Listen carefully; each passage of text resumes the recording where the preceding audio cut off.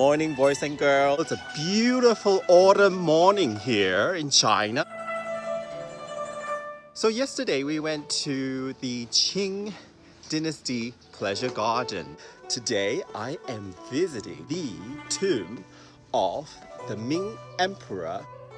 The site on the southern slope of Tianshou Mountain was chosen based on the principles of feng shui by the third Ming Emperor, the Yongle Emperor. After the construction of the Imperial Palace in 1420, Yongle Emperor selected his burial site and created his mausoleum here. The subsequent emperors placed their tombs also in the same valley. The Ming Dynasty was a very important part of the history of China.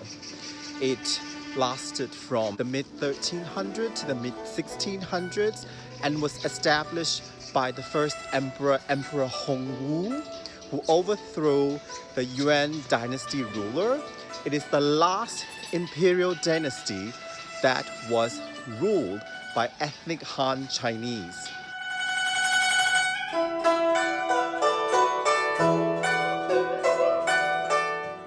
Also during the Ming Dynasty, when the population of China really exploded. The population practically more than tripled during the Ming Dynasty. By 1600, there were 160 million people living within its border.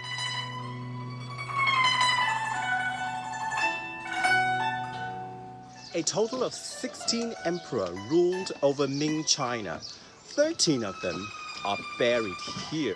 We are at Chongling Mausoleum. This is the mausoleum where they buried Emperor Wan Li. Emperor Wan Li's name in Mandarin means 1,000 calendars. And we now descend onto the underground palace, the place where Emperor Wan Li was buried in 1620. The tomb was excavated in 1956 and remains the only imperial tomb that had been excavated since the founding of the People's Republic in 1949. In 1966, though, during the Cultural Revolution, the Red Guards stormed the mausoleum and dragged the remains of the Wan Li Emperor and his two empresses to the front of the tomb. Thousands of other artifacts were also destroyed, sadly. We arrive now at our second stop. Our second mausoleum of this visit is Mausoleum Chongling. Mausoleum Chongling is the final resting place for the legendary Yongle Emperor.